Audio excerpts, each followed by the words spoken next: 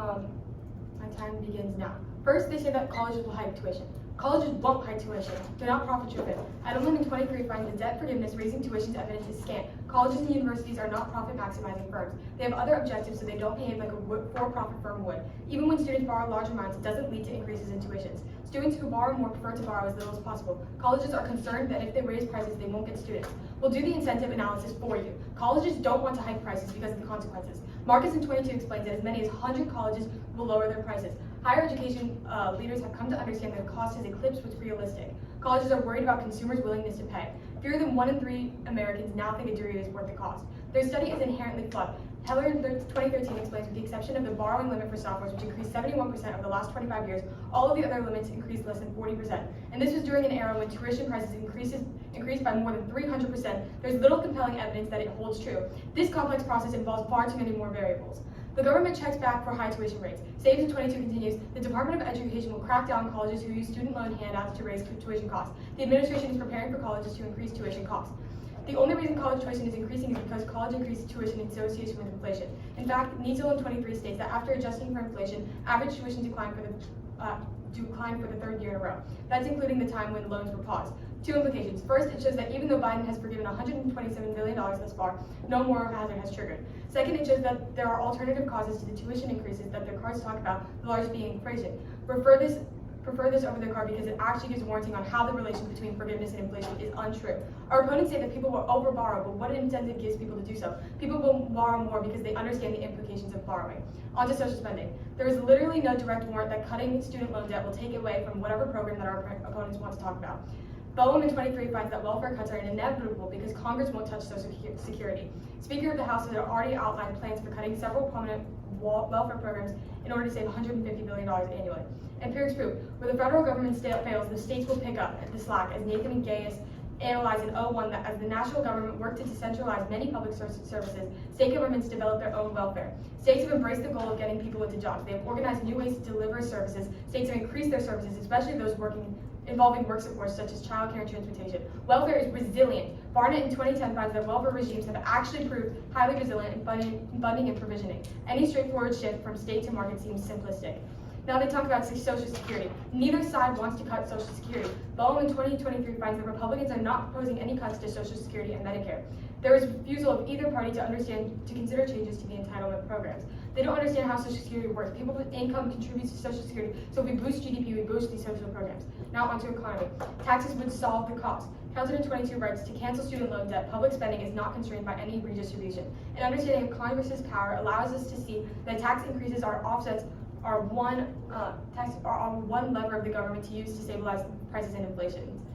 This amount of forgiveness has been done before in a greater amount. Casher in 23 finds that in 2021, the U.S. spent $1.8 trillion on tax breaks for going revenue otherwise paid in taxes, much of it going to very rich people. Each year, the U.S. loses more than $1 trillion in unpaid tax because of the tax avoidance strategies of multinational corporations and wealthy families. Student loan forgiveness is good for the economy. Hansen in 23 furthers, canceling student loan debt may add $109 billion to the annual GDP for the next 6 years and 1.5 million new jobs. They say that wealth forgiveness only helps the wealthy, but that is statistically untrue. Forgiveness has the potential to significantly bolster economic growth for all. Hansen in 23 writes, canceling student loan debt may add $109 billion to the annual GDP for the next 6 years and add up to 1.5 million new jobs, lift 5.2 million American households out of poverty, increase consumer spending by as much as 3.3%. It is a prerequisite to their argument, and we went on time frame as more people continue to contribute. Miller in 23 continues, student loan debt forgiveness may boost the national economy by making it more affordable for borrowers to participate in it in a way toward narrowing the racial wealth gap. Sean, you want to take it? No, it's fine. I'll tell you. Bold and Bronson, second.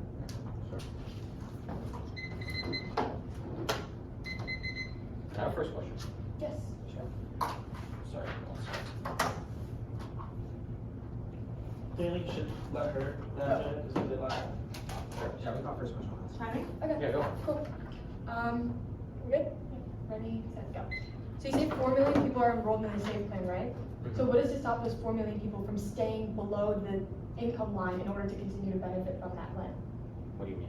I mean that there's a certain level of income that they have to be getting in order, like a certain lowest income in order to. Yeah, that's the point. It I helps the know. people who need it. I understand that, but how are you gonna say that people will, try to lower their income in order to still benefit from? They're not gonna lower their income because it helps the people, like, the way the state plan works is it takes 5% of your discretionary income, and that's the amount you have to pay, like, in each installment. I'm not sure, like, the exact amount of installments, but basically it takes a percentage of your income and says, you have to pay this much. If you have to pay more than this, that probably means that's negatively affecting you. So it's just based on your income. You're not gonna lower your income, like, just so you can pay a little less, because the whole point of the plan is that you're paying the amount that you can't afford, so you don't have an incentive to reduce your income. Okay. On your argument about racial inequality, so what percent of black people have student loans? I don't know off the top of my head. Do you want me to find it? Well, I don't can you know. just give me like an estimate? Is it a lot or a little? A lot, I'd say. Oh, why? Because the racial wealth gap. Like What's you say, what's you say in your point? case that African Americans have more student debt. Why is that? Because of the racial wealth gap. What is your point? What are you trying to ask? Like I'm just asking, like why do like these why does like a certain demographic have more of like It's student loan debt? statistically more, it's not that there's more African Americans that have student loans, it's like compared to the percentage of white college students. Okay, well we'll get back to this, but you can have a question. Okay.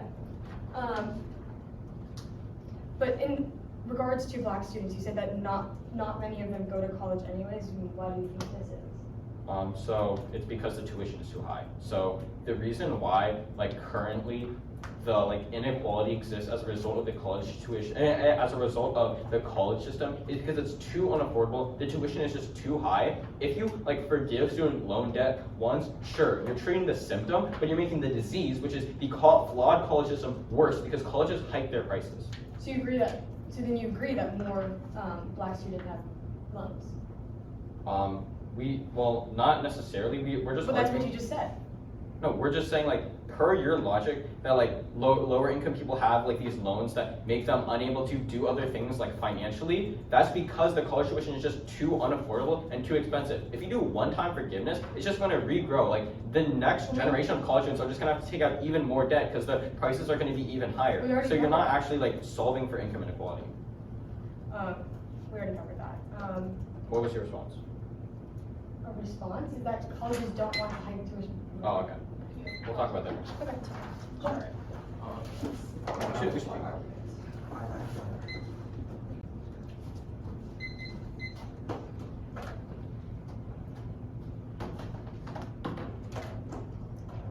My time will start now. Income-driven repayment is recessive and can never solve. Indeed, student loan debt affects even those with higher incomes, which the SAVE plan doesn't solve for. Kim in October finds college debt is a burden even for those with higher incomes. Borrowers who are living in expensive cities, often having moved there for a well-paying job, hard to find elsewhere, won't see lower payments.